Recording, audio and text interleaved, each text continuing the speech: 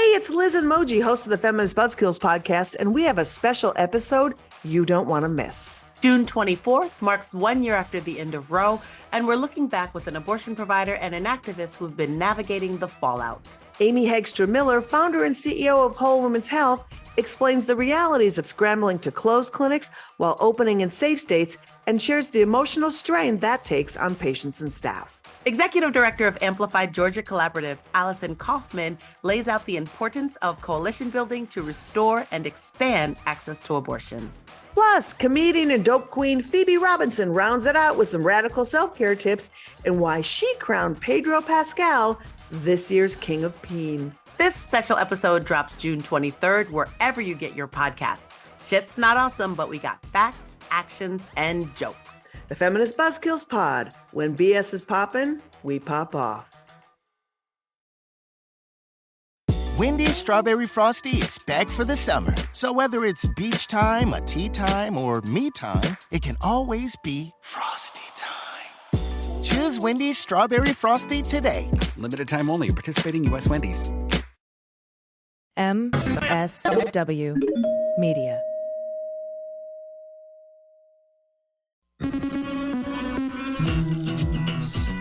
With swearing. Daily beans, daily beans. Daily beans, daily beans. Hello and welcome to the Daily Beans for Thursday, June 22nd, 2023. Today, day 2 of John Eastman's disbarment hearings heats up with testimony from Pence lawyer Greg Jacob. House Republicans shot themselves in the foot in the John Durham hearing today. The rioter that drove a stun gun into Officer Fanone's neck gets 12 and a half years in prison. Justice Alito took a luxury fishing trip with a billionaire that had cases before the court. A Desantis donor provided lavish gifts to the Florida governor. And Marjorie Taylor Greene called Lauren Boebert a little bitch on the floor of the U.S. House of Representatives. I'm Allison Gill. And I'm Dana Goldberg. Dana, you know I gave that story to you, right?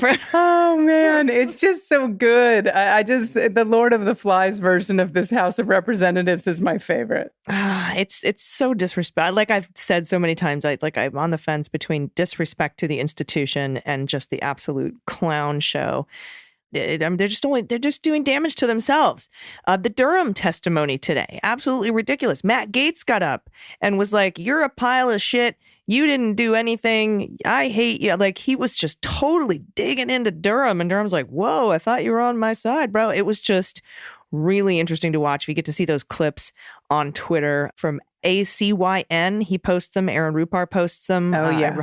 I recommend you go check out those clips. We're going to cover it in detail on next week's Cleanup on Aisle 45 pod with Pete Strzok, who was mentioned multiple times today in that testimony. So we're going to go over that. I want to sort of save that for him. And we'll talk about it on the bonus episode this weekend. I'm sure there'll be lots of swearing.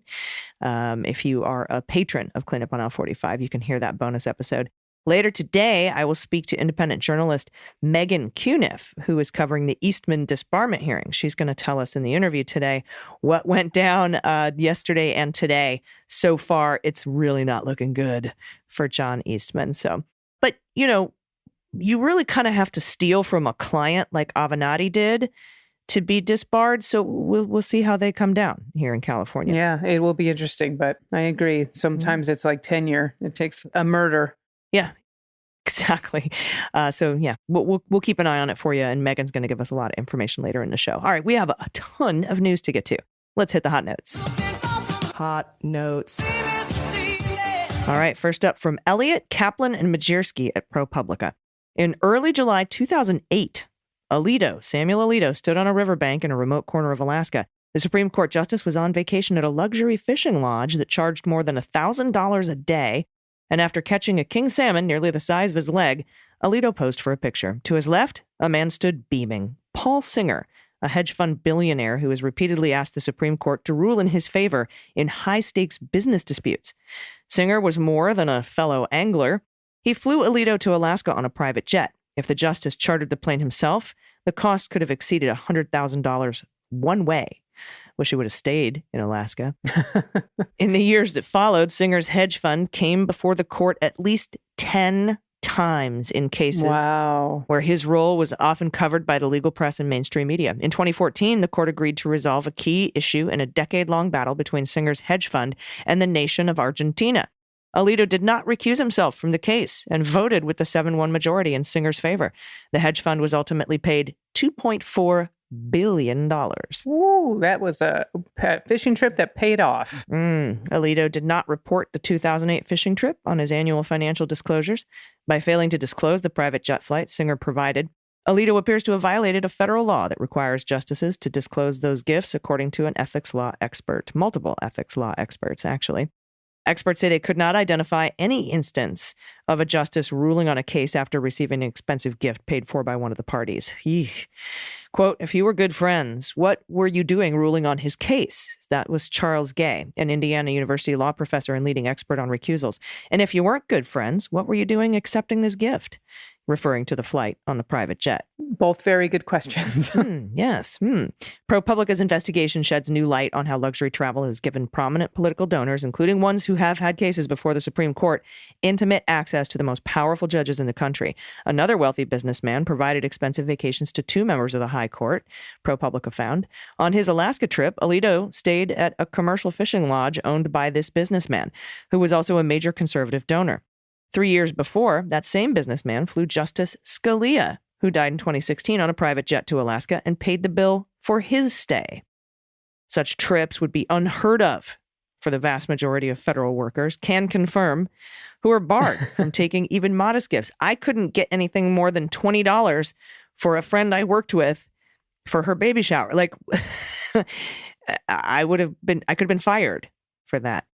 Leonard Leo, the longtime leader of the Conservative Federalist Society, attended and helped organize the Alaska fishing vacation. God, I thought he'd pop up. Leo invited Singer to join, according to a person familiar, and asked Singer if he and Alito could fly on the billionaire's jet. Leo had recently played an important role in the justice's confirmation to the court. Singer and the lodge owner both were major donors to Leo's political groups. ProPublica sent Alito a list of detailed questions last week. And on Tuesday, the Supreme Court's head spokeswoman told ProPublica that Alito would not be commenting. Several hours later, the Wall Street Journal published an op-ed by Alito responding to ProPublica's questions about the trip. Alito said that when Singer's companies came before the court, the justice was unaware of the billionaire's connection to the cases. I just didn't even know. He said he recalled speaking to Singer on no more than a handful of occasions, and they never discussed Singer's business or issues before the court. Alito said that he was invited to fly on Singer's plane shortly after the trip, and that the seat would have otherwise been vacant. He defended his failure to report the trip to the public, writing that the justices commonly interpreted that disclosure requirement to not include accommodations and transportations for social events. Yeah, okay. Well, if I didn't have that seat on the private jet, just nobody would have gotten to No use one would it. have gone. I couldn't afford not to go. In a statement, a spokesperson for Singer told ProPublica that Singer did not organize the trip and he wasn't aware that Alito would be on it. Singer, quote, never discussed his business interests with the justice. We just talked about fish. Adding that at the time of the trip, neither Singer nor his companies had any pending matters before the court. Of course not. Nor could Mr. Singer have anticipated in 2008 that a subsequent matter would arise. It was a decades-long battle. Leo did not respond to questions about organizing the trip, but said in a statement that he would never presume to tell Alito and Scalia what to do. There's a lot more to this report. I recommend you check out ProPublica's reporting. You can just Google ProPublica Alito, and it'll come up. And they've had a really great series so far on Scalia and Thomas as well. Thank goodness. And I just want to again give it up for Justice Ketanji Brown Jackson for actually reporting the gifts that she received from anyone, even if it was just flowers from Oprah. Well done. All right, next up, this is from the Washington Post. More corruption for you. This is from Florida Governor Ron DeSantis' wealthy donors and supporters. Well, they lent a golf simulator to the governor's mansion and provided private flights to fundraisers and other political events. That's according to records obtained by the Washington Post. The golf simulator came from Maury Hosseini, a major home builder who chairs the University of Florida's Board of Trustees, and lent the device to the governor's mansion in DeSantis' first year in office. That's according to documents that have been released to the Post in response to a public records request. DeSantis, who is an avid golfer apparently, has made his, quote, blue-collar roots a key part of his appeal as a Republican candidate for president and has faced some criticism for his interactions with donors. Oh boy. DeSantis' security cleared 2 employees of Ohio-based About Golf to enter the governor's mansion in June of 2019 to install the golf simulator. And that's according to an email released to the Post. About Golf simulators that require installation are typically built to fit a specific space, and they start around $27,500, and that's according to listing by Precision Sports. Man of the people. Well, just wait. Curved screen versions, they start at almost $70,000. Yeah. An executive at About Golf declined to comment for this article. Yeah, I bet. In an emailed statement, DeSantis spokesman Jeremy Redfern said, quote, "As with all donations, it was accepted and coordinated by staff and approved by legal counsel. Donations to the residence and grounds have been received over many administrations. It will remain in the state's possession for the use of first families, their guests, and staff as it is now." Now, one of the letters that was received, it didn't explain the rationale for approving the loan of the golf simulator. The ethics manual of the Executive Office of the Governor says employees may not accept a benefit of any sort when a reasonable observer could infer that the benefit was intended to influence a pending or future decision of the employee or to reward a past decision. But the Florida Ethics Commission has in the past evaluated the propriety of gifts that are made to government agencies with more nuance, if you will, a little more lenience. Now, the governor's mansion is overseen by an 8-member commission under the Department of Management Services. In a 2013 opinion, the State Ethics Commission said that when a public official maintained control and access over a donation, it counted as an impermissible gift to the office. But where a governmental agency controlled the donation, it would be considered a permissible gift to that agency. An ethics commission analysis would probably depend on who besides DeSantis had access to the golf simulator, and that's according to Caroline Klenke. She's the executive director of a not-for-profit Florida Ethics Institute and a former general counsel and deputy executive director for the Florida Ethics Commission. Now, disclosures obtained through Florida's open records laws also showed a treadmill donated on January of 2023. This was for the governor's cabana, where the golf simulator was located. Now, the source of the treadmill was not named on record released to the Post.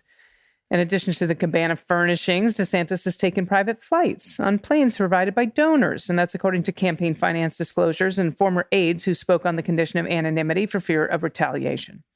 Such political contributions are permitted under Florida law and must be disclosed. That's the big part. This year, DeSantis set up his presidential bid by introducing himself as, quote, blue collar, salt of the earth, someone who was given nothing, entitled to nothing. Ron DeSantis can't be bought, tweeted Dave Vasquez, and he's a spokesman for the pro-DeSantis super PAC. Never back down. Well, now DeSantis' travel records includes those from past trips. They are exempt from public records requests under a law he signed in May, citing security concerns. Oh. Look at that. So he shut down the open records law. Interesting. Okay. I tell you what, he's a piece of shit, but he is getting, when I say getting stuff done, like anything that benefits him or seems to cover up anything sketchy, this guy seems to be getting the legislation signed. Yep. Yeah, he sure does. Man, wow, corruption everywhere. All right, next up from our friend Ryan Riley at NBC. Donald Trump supporter who drove a stun gun into the neck of Officer Fanone, who was abducted by the mob during the January 6th attack on the Capitol, shouted, "Trump won," after being sentenced to 12 and a half years in prison on Wednesday. Daniel DJ Rodriguez, a California man who traveled to D.C. with fellow Trump supporters who belonged to a Telegram group called the Patriots 45 MAGA Gang. Super creative. He pled guilty in February to a felony conspiracy, obstruction of an official proceeding, tampering with documents or proceedings, and inflicting bodily injury on officers using a deadly or dangerous weapon. Quote, "There will be blood," he wrote in the MAGA Gang Telegram chat. All I can hear is Inigo Montoya. "There will be blood." "There will be blood tonight." On the night of January 5th, just hours before attending Trump's rally at the White House Ellipse the next day, "Welcome to the revolution," he said. On January 6th, after joining the fight in the Capitol's lower west tunnel, that's where some of the most egregious violence took place, Rodriguez attacked Officer Mike Fanone, pulled him out, tased him in the neck, later bragging about his actions on Telegram. He said, "Oh my God, I did so much fucking shit right now and I got away." That's what he wrote in his Patriots 45 MAGA Gang. He said, "I tased the fuck out of the blue." Whoa. Yeah. Federal prosecutors wanted Rodriguez to spend 14 years in federal prison, an upward departure from his sentencing guidelines. His sentencing guidelines were actually 8 to 10 years, saying that Rodriguez committed an act of terrorism. Rodriguez's egregious conduct displayed a clear intent, quote, to stop Congress from certifying the results of the election, and was calculated to stop the peaceful transfer of presidential power for the first time in the nation's history. That's what prosecutors argued, calling Rodriguez's efforts a quintessential example of an intent to influence government conduct through intimidation or coercion. Fanone told CNN's Jake Tapper he was satisfied with the 12-and-a-half-year sentence. I reached out to my friends earlier today to find out, what his thoughts were. I saw him later today on Jake Tapper saying he's happy with the sentence. It's a good sentence, a good long sentence, and it's good. He thinks justice has been served. So that is who I was most worried about today, and so that is very good to hear. That is indeed. All right, you ready? All right, here we go. Dun-dun-dun. This is from the Daily Beast. The messy feud between two of MAGA world's biggest stars. I would like to take issue, by the way, with those two words at the start of this story. MAGA world's biggest stars burst into public view on Wednesday when Marjorie Taylor Greene called Lauren Boebert a little bitch to her face on the floor of the U.S. House of Representatives. The angry exchange came as two lawmakers have been swiping at each other over their competing resolutions to impeach President Joe Biden. But tensions came to a head on Wednesday after Boebert leveraged a procedural tool to force a vote on her own impeachment resolution within days, undercutting Greene, who had offered her own resolution, but not with the procedural advantages of forcing the vote. Okay, so Greene apparently cursed out Boebert while the House was voting Wednesday afternoon as the two spoke in a center aisle of the House floor. Part of their interaction was captured on C-SPAN's cameras. Yep. Now, according to two sources that saw the exchange and a third familiar with the matter, the back and forth began when Boebert approached Greene, then seated in the chamber. They were both there. Greene was seated, and Boebert confronted her over, and I quote, statements you made about me publicly. All three of the sources said Greene called Boebert a bitch. One of the sources said Greene called her a little bitch. According to two... Sorry. According to two of the sources, Greene then stood up and alleged that Boebert copied my articles of impeachment, to which the Colorado lawmaker fired back that she hadn't even read Greene's resolution. Keep your eyes on your own impeachment paper. That's right. Please. I donated to you. I've defended you, but you've been nothing but a little bitch to me, Greene told Boebert, according to a source who witnessed the exchange. And you copied my articles of impeachment after I asked you to co-sponsor them. Now, the name calling was confirmed by another GOP lawmaker and another source who witnessed the exchange. This was the source. I heard Marjorie call Boebert a bitch right to her face, said one GOP lawmaker that said granted anonymity by the Daily Beast to speak freely about the argument. Okay, Marjorie, we're through. That's what Boebert then said, shrugging her shoulders. With Boebert's back turned, Greene responded, we were never together. Reached for comment about the exchange. Boebert didn't deny the back and forth. Marjorie is not my enemy. I came here to protect our children and their posterity. I would like her to find posterity, by the way. Joe Biden and the Democrats are destroying our country. That's what she told the Daily Beast and ended with, my priorities are to correct their bad policies and save America. As for her part, when asked about their exchange, Greene told the Daily Beast, imitation is the greatest form of flattery. Yeah. Earlier in the day, Greene said she had long championed articles of impeachment against Biden and strongly suggested Boebert is late to a push that she herself already owns. It's my idea. I know. I was going to impeach the president. This is another quote. Lauren Boebert never addressed the conference, Greene said.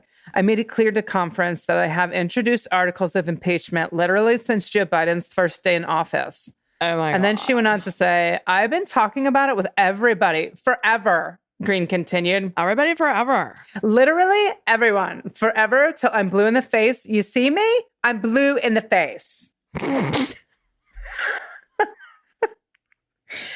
Oh, God, it's just magic. Little bag of rats. Fighting bag of rats. Fight, fight, fight. Fight, fight, fight. Fight, fight, fight, fight, fight. Oh, these things. This is... You can't sit with us. I mean, it's just... I mean, I have to laugh because otherwise I would cry. I mean, this is the U.S. House of Representatives. 100%. I agree with you. I mean, it's embarrassing. These are congressional representatives in the United States House. Ugh. And you're a bitch. You stole my impeachment articles. You're a little bitch. We were never together. I've always supported you. We were never together. Like it's just it's really sad that it's come to this. I just don't even know what else to say. It's egregious behavior, and they both get what they deserve. And Matt Gaetz is now under ethics investigation in the House again because he's being a little bitch, quote unquote. I mean, could you imagine Ted Cruz calling Maxine Waters a little bitch? Like, it would never fucking happen. These people are lunatics. I don't know. I could, but yeah, no, probably not. Again, I'm speechless. I said Ted Cruz. I meant Ted Lieu. Oh, I got you. That makes more sense. I'm going to correct myself. I'm sure someone was already listening to this and they hit their computer, and then now you don't have to correct me. They would be like Ted Lieu calling Maxine Waters a little bitch. It's never going to happen. No, right. I think the worst we've done is when Rep. Cohen showed up when Bill Barr didn't turn up to testify, and he put a bucket of chicken in the seat. Like, I was like, all right, that's a little childish, but funny. Yeah. We do get childish, but they are really going after their own, and I'm here for it. That's fine with me. Yeah. I just wish it didn't have to happen in our government. It's just it's embarrassing. It really is. You're right. I think that's the best word for it. All right. I'm going to be talking with Meghann Cuniff. She's an independent reporter. She's covering the Eastman hearings. You're going to want to listen to that interview. It's right after this break. Stick around. After these messages, we'll be right back. Hi, I'm Frances Callier. And I'm Angela V. Shelton. And we're Frangela. You know what you need in your life? The Final Word podcast. Yes, you do. That's right. It is the final word on all things political and pop cultural. Where we make real news real funny. Where we inspire you so you can #resist. Subscribe and get a new episode of the Final Word podcast each week. It's the news we think you need to hear. That's right. We think you need to hear it. Okay? Yeah, it's what we say so. That's right. And because all we do is give, every Thursday you can listen to our hysterical podcast, Idiot of the Week. We round up the stupid because you know what? Somebody has to. Okay. All we do is give.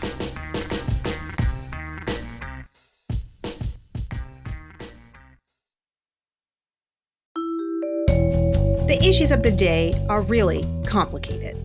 Everybody loves a good hot take, but really understanding an issue takes some digging. I'm Asha Rangappa.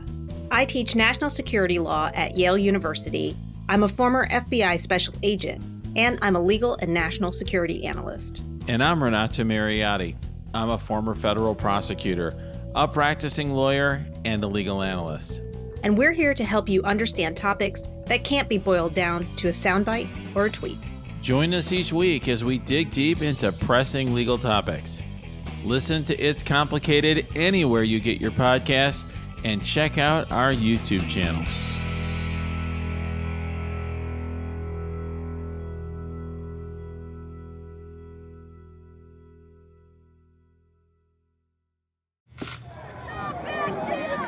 How did we get here? A moment when the fringe has overrun the mainstream. When conspiracy theorists roam the halls of Congress. When politics have turned to violence in the streets. I'm Garrett Graff. On my podcast Long Shadow, I'm exploring the decades-long rise of the modern far-right movement and the governmental failures that fueled its fire. How the movement was sparked by a deadly fiasco at Waco, Texas. This fire is racing out of control, black smoke. Fed by decades of conspiratorial thinking. Stop to the New World Order! And ultimately led to a riot on the steps of the U.S. Capitol. We have a breach of the Capitol! Breach of the Capitol! How did America get the far right so wrong? And what will it take now to get it right? From Longlead and Campside Media, it's Long Shadow, Rise of the American Far Right. All right, first up, as we all know, John Eastman's disbarment hearing, potential disbarment hearings have begun in California. And joining us to discuss today is somebody who's covering them live. She's an independent journalist. She's with legalaffairsandtrials.com. Please welcome Meghann Cuniff. Hi, Meghann. Hi, thank you for having me. I'm so excited. I know we wanted to talk yesterday. We kind of got a little bit waylaid because the proceedings ran late, but I'm so glad to have you today. Tell us, listeners know sort of what the general overview is and why Eastman is facing disbarment. They know about the Judge Carter ruling. So tell us a little bit about the sort of your top line view of the hearing so far. We're in day 2 and some of the standout moments. So this has been all Eastman all the time up until just this morning when Greg Jacob took the stand remotely from Washington, D.C., and he's going to be back this afternoon for continued cross. But, this was Eastman's chance to basically explain himself to the judge. He was answering questions from the prosecutor about the research that he did or didn't do regarding this and whether he'd read certain things, with the prosecutor trying to make the point that this should have been obvious to him that there was no legal basis to the theories that he was pushing, and he basically should have known better and did know better. So it's Eastman's chance. It's almost like an intellectual debate for Eastman up on the stand. It's his chance to try to show off his knowledge about this stuff and try to catch discrepancies in the questioning. And one thing he's really focused on is when they talk about the 66,000 unregistered underage voters voting in Georgia versus when he says, the figure was actually 2,000, trumpeted that figure. And then later they realized that, he transposed a number or something. This was Brian Gill. Eastman is really focused on the fact that he thinks people are misinterpreting what the report originally said. He says there's a difference between underage voters actually voting in the election and then underage voters being registered to vote. So he's really focused on that, which kind of seems to be overall missing the point about these really wrong figures being pushed out. But he's been able to focus on that. And one thing that led to was the prosecutor pointing out that Eastman himself has said that. He is kind of criticizing the prosecutor for at one point kind of mixing the two up. But it turns out Eastman himself in testimony said, 66,000 underage voters voted in the election. So he was doing the same thing. So it's a lot of kind of sparring like that we've seen. Yeah, and I remember one of the emails that had to be handed over, piercing attorney-client privilege under the crime fraud exception, when Judge Carter was looking at, stuff that had to be handed over to the January 6th committee. One of those emails was Eastman saying that, the president, he was advising against Donald Trump signing off on some of those Georgia numbers in one of those lawsuits that was filed in Georgia, saying that we have gotten some other information that shows that those numbers aren't accurate. And he may be speaking about the couple of research firms that Donald Trump paid to go out and look for voter fraud, and they came back and found none. And so a lot of that inaccurate information ended up in the lawsuit and signed off under penalty of perjury anyhow. And Eastman was warning against that. There's emails for that. And this sort of reminds me of the sanctions hearings for the strike force in Michigan, when, they were told, like, these pleadings that you have, Sidney Powell and Holler and Rudy Giuliani and everything. Did you even bother to check? Do you know what an elector is? Did you even bother to check on the validity or the veracity of any of the claims made by any of these affiants, affidavit signers? Did you bother to check on that? And they were, no, and so they ended up with sanctions slapped on them, and some of them referred for disbarment hearings in other states, and we've been kind of following those along as well. But that's sort of just exactly what this reminds me of, that, if he's hit with sanctions or disbarment, that his pleadings were just absolutely not researched at all, and he just doesn't have an argument for why they weren't. Exactly. There's been a lot of, I don't recall, and Carlin, the state bar prosecutor, has brought up certain things that came up and that completely refuted what the theories that Eastman is pushing. And he said, did you see these? Did you see that? And Eastman's response yesterday was, about that time I had 104-degree fever. So I was overcome with that. It's like, that sounds like COVID. But he was basically just saying he was too sick to see the information that was refuting what he said. But then another thing was Carlin. Well, if you're too sick to do something, sorry to interrupt, but you don't sign your name to it if you're fever delusions. Yeah, and especially because on the one hand, he's presenting himself as this, well-researched scholar who's looking into this debate. There's so much public interest in this unsettled debate. And I think Carlin's trying to make the point that this actually was not an unsettled debate. They've said that, this was the most hotly contested election in history, but it's almost like a made up hot contest through this own misinformation that they were peddling. So one point Eastman brought up was, I've never seen a case where there isn't an expert on both sides, because they had this Brian Gill guy who made the accidental 66,000 versus versus 2000 report. And then this was in the Trump versus Kemp case in Georgia. And of course, Georgia had a report declaration from a professor at MIT that completely refuted everything. And the prosecutor was saying, this was filed on January 4th. It was like, Mr. Eastman, did you read this before you went into your Oval Office meeting with Trump? And he just said, well, I've never been in litigation where there isn't experts on both sides. So there's this attempt to legitimize these experts that another person who's watching the proceeding told me, he said, I don't know if Judge Rowland knows what's coming here, because Eastman is prepared to call some really fringe people on election issues. And he's just presenting them as experts. Oh, well, it's just another opinion. And I'm wondering how that's going to come across to the state bar judge. If it's just, I was just advocating an opinion that other people share or other people agree with me. It's like, well, does she understand, or is it going to be able to have the point made that these are really, really fringe people? But also, does it matter? They're kind of making the point that, we're kind of moving this fringe idea into the mainstream and legitimizing it through, oh, well, there's a court declaration, it's an expert, Yeah, I mean, it's, that you're the lawyer. You're supposed to decide the veracity of those claims and put your name on stuff under, penalty of perjury. So I find it like that's just like Tom Fitton told me I could keep the classified documents. Well, maybe don't listen to Tom Fitton. Yeah. But that was one of Trump's modus operandis, right? Was to fire anyone and not listen to anyone and keep everyone out of the loop who disagreed with him, which was basically everybody except these fringe players. So was it Greg Jacob, you said, that's coming back on the stand this afternoon from D.C.? Yeah, he's got cross-examination at 2:30, and that should be good. We heard Carling went through the meetings before January 6th and then what he was actually doing on January 6th. But of course, Carling's point was that Greg Jacob had researched all this stuff, and he said that it was pretty clear to Pence going into this that he did not have the unilateral power to stop anything. And Greg Jacob said that he thinks the constitutional, our founders factored that into the Constitution and did that intentionally, to not put it all in one building, to put it all in one vote, that you could just dismantle the presidential election. And he basically said because they anticipated something like January 6th happening.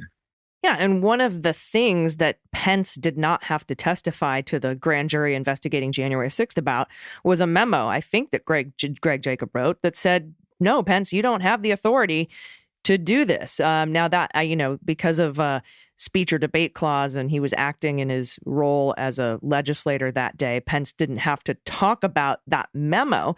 But he also, says in his book, like, look, I called Dan Quayle and asked him if I could do, so you don't know the pressure that I'm under and stuff like that. So it's interesting that none of those conversations, however, of anybody, including Eastman, asking him or anybody else to do things outside of the bounds of the law, ultra vires, or outside of the bounds of your role as a legislator that day, Mike Pence, are not protected by any privilege, honestly.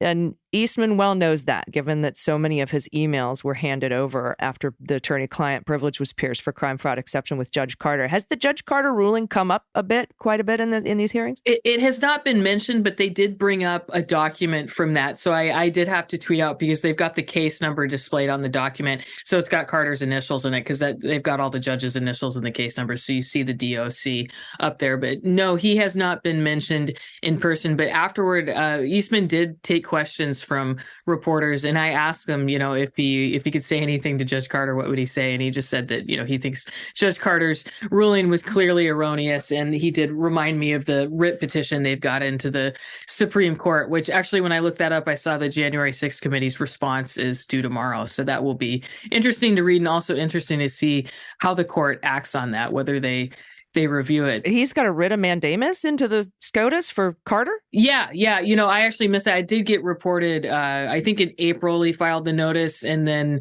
recently he's filed his brief. But yeah, the January 6th committee's response is due. So yeah, he's trying to get Carter's ruling overturned on that. And it focuses on, I just was bringing back some memories of the Ninth Circuit and the appeal that he did, and then accidentally including the Dropbox file with all the documents that he was trying to keep from us. And so the Ninth basically said that mooted the issue and blamed him for it. But he's gone to SCOTUS on that. But they ended Greg Jacobs' exam the direct exam by bringing up an op-ed that Washington Post had eventually published. Greg said that he started writing it while he was in hiding at the Capitol building, just laying into Eastman in this whole January 6th thing. And he never published it, but Washington Post got a hold of it. And in there, he makes the point that he thought this was an embarrassment to the profession. And he testified that to Judge Rowland, that, he thought this brought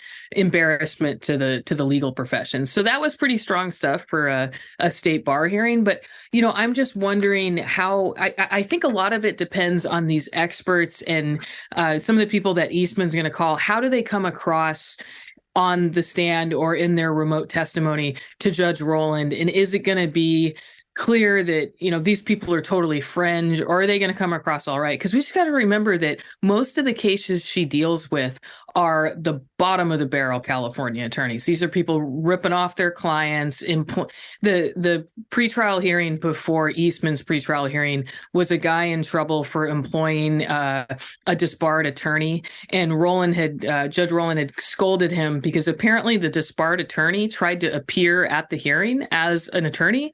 I mean, it was just, these are bottom of the barrel people. So she's used to attorneys stealing from their clients and really doing kind of flagrant stuff. So I'm wondering how this is going to come across to her when, is it just going to be some far right guy with some pretty kooky legal theories, but as long as he wasn't, ripping off President Trump's client trust fund account, he'll be fine. I don't know. It'll be interesting to see where they come down on this. And it's, like Greg Jacob, the super deep state Democrat, lawyer. I'm being sarcastic there. But anyway, everybody, make sure you follow Meghann Cuniff on Twitter. She's live tweeting a lot of this. And also, we're going to look forward to your reporting on the January 6th committee's reply to Eastman's writ of mandamus to SCOTUS. Yeah, that'll be good. I'm interested to see. Very, very interesting. And so make sure that you follow her. What is your Twitter handle, Meghann? Meghann Cuniff, MEGHANNCUNIFF. And then I've also got a website. I'm doing the Substack paid subscription thing. Your subscriptions support my independent journalism, but I've got legalaffairsandtrials.com. So you can read all my work there. I'm going to have a story tomorrow morning, kind of summing up the first 2 days of the hearing here. Oh, I look forward to that. All right. So independent reporter, legalaffairsandtrials.com. Everybody follow her on Twitter and check out her Substack. It's been really great to talk to you. Thank you so much. Hopefully we'll have you back again when this is all over. Meghann Cuniff. Thank you so much. You voted. I did. You protested. Again. You postcarded. So many Sundays. You posted on social media. Got some likes. And you're still reeling from all the terrible news. Yeah, but what else can I do? I'm Kelly. I'm Lila. And we're going to help you figure that out. Each week, we'll interview people on the front lines of political action about the things they actually did to take action. What got them started, who helped them along the way, and what they do differently if they had it to do all over again. And in the process, we'll give you concrete advice about how to take the leap from freaking out on Twitter to making a difference. Follow What Can I Do wherever you listen to podcasts, or tune in on whatcanidopodcast.com.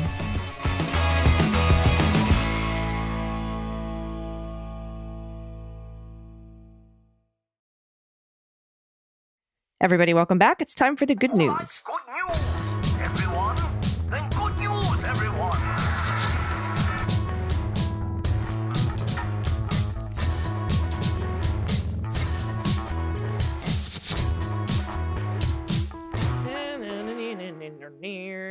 Good news, good news. And if you have any good news, confessions, corrections, you want to play What the Mutt, frog orgy photos, baby pictures. Dana's here today. She loves the baby photos. Yes, I do.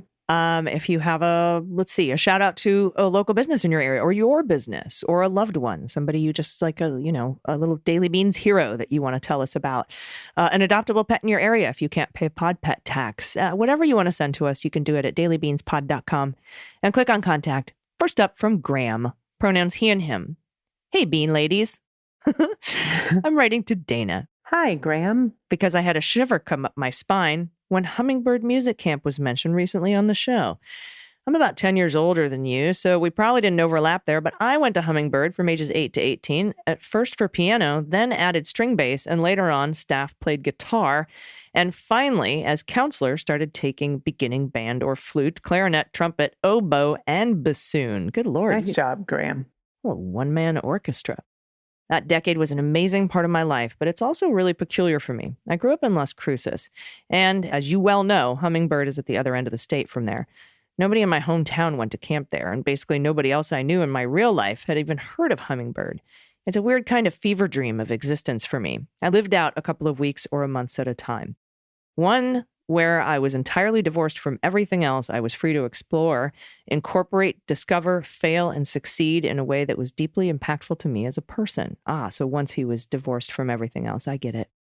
Because I don't have anyone else in my life that I've shared this with, I haven't kept up with people from 40-odd years ago, the entire experience might as well have been a fairy book I invented insofar as actually sharing it with anyone else goes. So it's pretty amazing to hear Hummingbird mentioned on your show and to hear you attended there. Uncle Lloyd and Aunt Wanda and the really bizarre magical separation from the real world they created, one where music reigned supreme above all, is something I will treasure having experienced all my life. If for nothing else, all the afternoon free time sing-alongs I'd play piano for in the lounge, which all developed eventually into the Jesus Christ Superstar score. Yes. Thanks for the work you're doing. I'm a relatively new listener, but you're both keeping me sane. Aw. It's a great submission. I just have to say, not to elongate this part of it, but Graham, I went when I was 8 to when I was 18 too. And the way you described it is beautiful. It also came for me with a lot of struggles. There was some dark parts of that camp, and I don't want to ruin anyone's experience of it, but there were some hard things happened. And when I was a counselor, I saw a lot of it because I was old enough to see it. But it was a magical place. I still have friends from there 40 years later. And, I learned how to play the drums. It got me through high school. I won awards. And it was an incredible experience that I hold very dear to me. But he's right. We were there from between a week to 2 weeks. If you were a counselor, you went for a month. And I started off as a camper, ended up as a head counselor for a short period of time before I got kicked out. And that is a story for another time. But Graham, I'm so glad you have such sweet memories of this place because it was very impactful for probably hundreds of thousands of kids. I mean, it was amazing. I hope somebody puts together a Daily Beans Hummingbirds group somewhere on a social media site. I think that would be fun. That would be cool. There is a Hummingbird Music Camp site on Facebook. I don't want to get into it because it's got such a negative thing, but there was someone involved in the family that after they died, there was a 23andMe, and his DNA was found guilty in a rape case. So unfortunately, the Facebook page has been taken over and sort of shut down based on that case, which, to be honest with you, and I don't know if anyone else listening went to Hummingbird, I think we would all agree that this particular individual gave us all the creeps, and all of us were 100% correct on our intuition. That's all I'll have to say. Yep. Yeah, and that shouldn't destroy anyone's good times at that place. Exactly. All right, do you want to take the next two? I'm happy to. And listen, I'm a dog person, but this kitty is beautiful. I know. All right, this is from Beverly, no pronouns given. Love your podcast. I recently moved to Prunedale, a.k.a. Pruntucky, and I'm surrounded by oak trees, horses, goats. I have 5 cats. Here's a photo of my 2-year-old Tonkinese. This is Hannah. And Hannah is gorgeous. She is. She looks like she knows it, too. I think so, too. And I think that maybe we got the couch to match her eyes, but we don't know. I would. Really good. All right. This next one's from Jim, pronouns he, him. Hello, lovely ladies of the legumes. I wanted to share some really good news concerning my daughter. After graduating with a degree in music and theater, minoring in art, she decided to join an AmeriCorps program called Artist Year. Now, Artist Year volunteers teach music and art in urban school systems. She taught at 5 through K school in northeastern Philly. The program wrapped up last week. She just received a nice cert for successful completion and was informed she won an award for her performance. She received a $6,000 stipend for grad school. That's awesome. We are so proud of this caring human that she's become. Below is our other child, 3.5-year-old Luna. She runs our household. She tells us when it's time to get up in the morning and herds us, hint, when it's time for bed. All right, I start my day 5 days a week with the beans. Keep up the amazing work. And this does look like, yep. Oh, is this a... Yeah, it is. Yeah, there's Okay. definitely a shepherd in there. Yeah, and I would say lab shepherd. Yeah, maybe boxer? a Vizsla or maybe a Rhodesian Ridgeback. Little boxer. Definitely some chow and- chow. Oh, for sure. And a beagle. I just made that up. I don't know how tall she is. All right, let's see. German Shepherd dog and treeing Walker Coonhound. Okay. Ew. So I guess that is a dog that specifically chases raccoons up trees. There you have it. They're very good at. Next up from Karen, pronouns she and her. Hi, wonderful beans queens. Everyone who listens to this podcast knows well the healing power of animals, so I'd like to share a story about my daughter.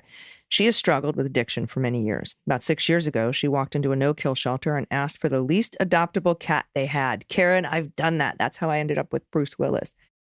They brought her to an isolated area that housed a single cat who had been taken off the streets of Metro Detroit. He was FIV positive, missing a lot of hair, and whom she later found out had a permanent buckshot embedded in his body. Goodness. Jeez. He also had an eye infected and swollen shut that required surgery to repair.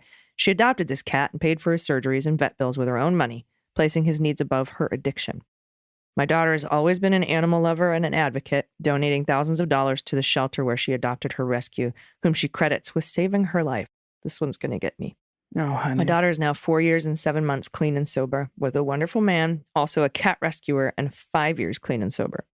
They met in recovery and helped each other through a couple of relapses when they first met, taking care of each other's cats during rehabs. I'm beyond proud of my incredible daughter, the strongest woman I've ever known, a fighter and a survivor, just like her cat, whom she calls Pure Soul, as she refers to all animals on Earth. Keep up the wonderful work you do. Your podcast makes me both laugh and cry. Me too. And in this time, when the world seems so hard and dark, you remind us daily that humanity is more often good and kind and pretty damn wonderful. Oh, what a beautiful submission. And again, this first kitty, this picture is gorgeous. Absolutely gorgeous. Such a sweet baby. What a great story. I love that. Yeah, I was at a no-kill shelter. I said, show me the cat that's been here the longest. And they led me to Bruce Willis. Oh. Yeah, Bruce Willis and boobs saved my life a few times over. So I understand, Karen. And this is amazing. What a great, incredible warrior doing such good work. Thank you for sharing that. Thank you for sharing all of your stories with us. Send your stuff in, please, at dailybeanspod.com and click on contact. Do you have any? Are you with us tomorrow, Dana? I am with you tomorrow. Ooh, we if get to you go would into like the to weekend. have me, I know. I would love to. Always, whenever you're available. As always. Yeah, I will be here, and I'm going to be here for. I don't think I have any days off for the next week and a half or so, which is wonderful. Oh my goodness. Speaking of days off, August 1st through August 6th, I believe, that week, that very first week of August, Daily Beans is going to take a hiatus. We'll be putting out best of shows and bloopers and stuff. But Sounds good. That is the week that the court in Fulton County will be on break. So I was like, that's a good time to take a break. If the Fulton County court is on break, that's a good time to take a break. Of course, that probably means that some other indictments will happen somewhere else. But that is our one summer break. We wanted to squeeze it in so we could give everybody a little bit of time off. I just wanted to give everybody a heads up. There still will be stuff going out. Patrons, you'll get the updates, and I'll be talking to you behind the scenes while we're off. If you want to become a patron and stay up on the news that week from behind the scenes, you can do that by going to patreon.com/MillerSheWrote. Thank you to our patrons also. You guys make all of this possible, all y'all. Do you have any final thoughts before we get out of here before tomorrow? No, not for today. No, but think of a good one for tomorrow. I definitely will. You have my word. I'll have a final thought tomorrow. I'm going to ask. All right, cool. Everybody will be back tomorrow. Until then, please take care of yourselves, take care of each other, take care of the planet, take care of your mental health. Vote blue over Q. And take someone with you. I've been AG. And I've been DG. And them's the beans.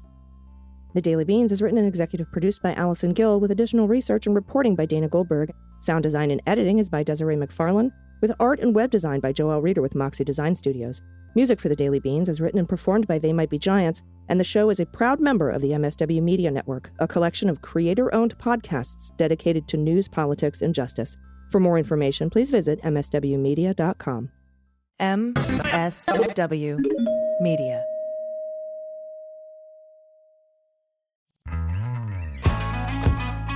You voted. I did. You protested. Again. You postcarded. So many Sundays. You posted on social media. Got some likes. And you're still reeling from all the terrible news. Yeah, but what else can I do? I'm Kelly. I'm Lila. And we're going to help you figure that out. Each week, we'll interview people on the front lines of political action about the things they actually did to take action. What got them started, who helped them along the way, and what they do differently if they had it to do all over again. And in the process, we'll give you concrete advice about how to take the leap from freaking out on Twitter to making a difference.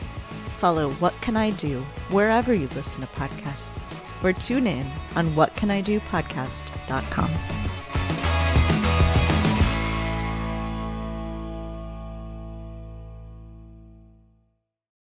Hi, I'm Harry Littman, host of Talking Feds, a roundtable that brings together prominent figures from government law and journalism for a dynamic discussion of the most important topics of the day.